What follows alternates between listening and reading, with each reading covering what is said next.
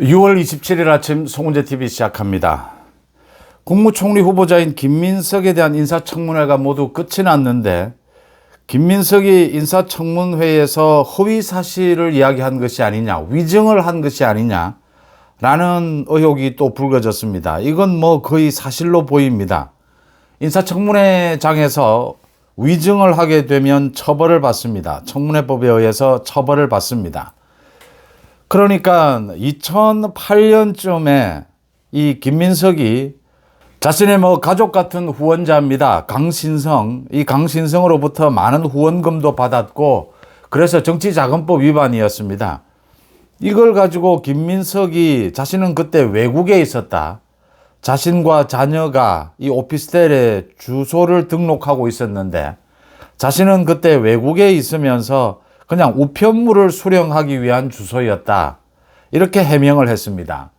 그런데 SBS에서 어제 팩트체크를 한 결과 김민석의 정치자금법 위반 이 판결문입니다. 이 판결문에 나와 있다라고 하는 것입니다. 이 오피스텔이 그 판결문에서 대부분의 정치자금을 그 당시에 이 김민석이 이 오피스텔에서 받았다. 그러니까 범행의 장소는 판결문에 꼭 이 명시가 되죠. 언제, 어디서 이런 범행을 저질렀느냐. 범행의 장소로 이 오피스텔을 특정하고 있다라고 하는 것입니다. 이게 드러나서 김민석이 위증을 한 것이다. 이건 거의 명백해 보입니다. 그러니까 김민석이 외국도 왔다 갔다 했지만 국내에서도 선거 준비도 했고 여러 가지 정치 활동을 했습니다. 그래서 이 오피스텔을 자신과 자녀들 이 주소를 옮겨 놓고 이 오피스텔을 사용을 했다.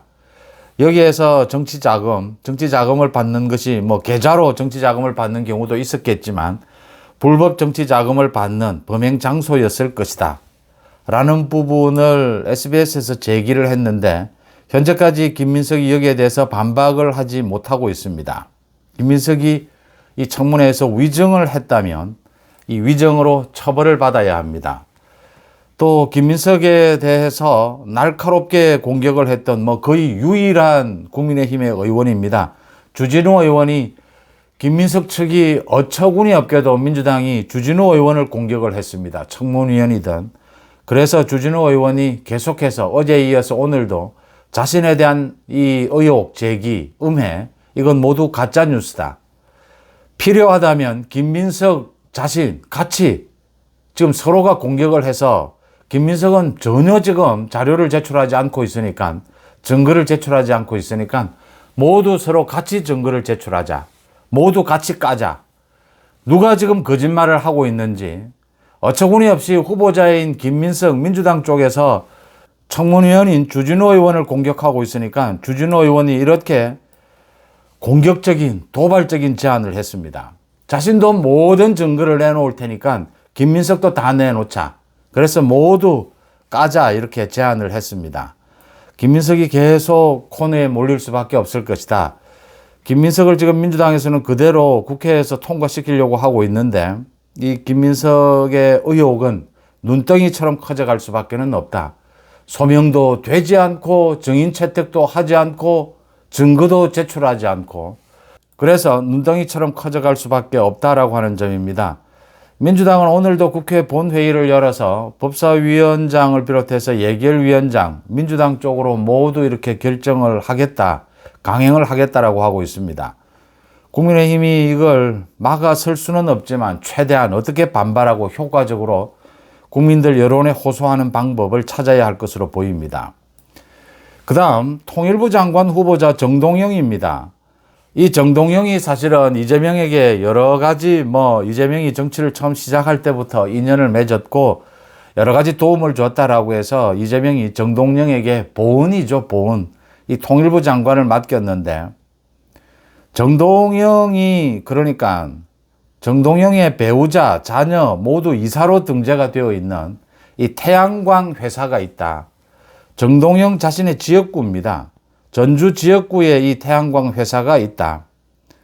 부인, 자녀 2명 모두 이사로 등재가 되어 있고 부인은 대표이사입니다.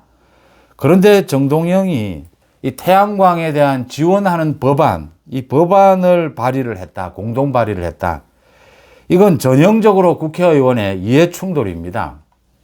이 태양광을 비롯해서 뭐 이재명이 원전이 중요하다라는 걸 강조를 하면서도 민주당 저 좌파들의 소위 태양광에 매달리는, 이 태양광에 저렇게 매달리는 이유는 국가 지원 때문입니다. 이 예산 빼먹기죠.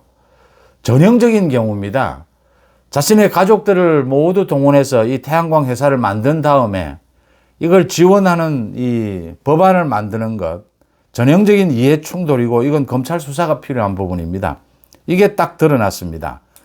그러니까 올해 3월 이런 태양광 발전 사업 지원 특별법, 여기에 정동영이 이 공동 발의를 했고, 올해 3월까지는 정동영은 지금 이 회사의 자산을 모두 처분하고 뭐 정리하고 있다 이러는 건데, 아직도 지금 그 부인이 대표이사로 있고 자녀가 이사로 등재되어 있습니다. 그러니까 같은 시기에 이해 충돌이 일어났다라고 하는 것은 분명하게 확인이 되는 것입니다. 정동영도 이 부분에 대해서 해명이 되지 않고 있습니다. 이건 바로 고발 조치를 해서 검찰이 수사에 나서야 될 부분입니다. 그러니까 뭐 국회의원이 자기 주변에 숨겨서 이 어떤 사업체를 운영을 하면서 이 이권업체를 여기에 대해서 예산 지원을 하는 이런 법안을 만드는 것은 전형적인 이해 충돌입니다. 이 부분은 검찰 수사가 필요한 것이다. 지금 장관급들에 대한 각종 비리도 이제 터져 나오고 있습니다. 가장 대표적인 것이 이제 김민석에 이어서 정동영입니다. 주진우 의원이 가장 앞장서고 있습니다. 국민의힘 의원들, 다른 의원들이 좀 분발할 필요가 있습니다.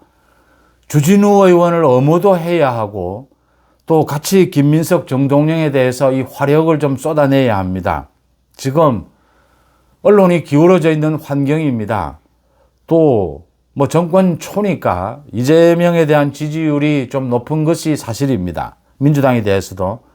그래서 김민석, 정동영 이런 비리들이 터져 나와도 지금 뭐 여론이 버티고 있다. 이걸 핑계로 해서 지금 민주당이 그대로 강행하겠다라는 입장입니다. 그래서 이럴 때는 보수 우파에서도 좀 이 똘똘 뭉치는 것이 필요하고 국민의힘도 좀 똘똘 뭉치는 것이 필요합니다. 지금은 정권을 잡고 있는 여당이 아닙니다. 이제 정권을 빼앗긴 야당입니다. 빨리 이 바뀐 환경을 인식을 하고 보수 우파의 뭐 언론, 유튜브 다 마찬가지입니다. 모두 작은 차이는 좀 내려놓고 전체적으로 단결을 할 때다. 지금 소위 자유통일당의 보수 유튜브들은 이 대형 유튜브일수록 자유통일당에 가깝습니다. 자유통일당에 가까운 것은 뭐 좋은데 국민의힘을 공격할 필요는 없습니다. 자유통일당, 국민의힘 자기의 길을 가면 되는 일입니다. 뭐 보수 우파라면 물론 가짜뉴스는 안 됩니다. 이렇게 단합할 필요가 있고 지금은 야권입니다. 야당입니다. 그 다음 국민의힘도 이제 좀 단결을 해야 한다. 계속해서 전당대회로 이제 방향을 잡았는데 지금 또 집단 지도 체제, 이게 소위 그 친윤 주류 쪽의 장난질이다. 또 반발이 일어날 수밖에 없습니다. 전당대회로 가기로 했으면 송원석 원내대표 비대위로 해서 전당대회 준비를 해서 당대표를 선출을 하는 겁니다. 그래서 이 야권일 때는 지금은 소수 107명을 가지고 지금 거대 저 여당에 맞서야 합니다. 그러는 상황에서는 강력한 지도체제, 이 원톱 지도체제를 꾸리는 것은 당연합니다.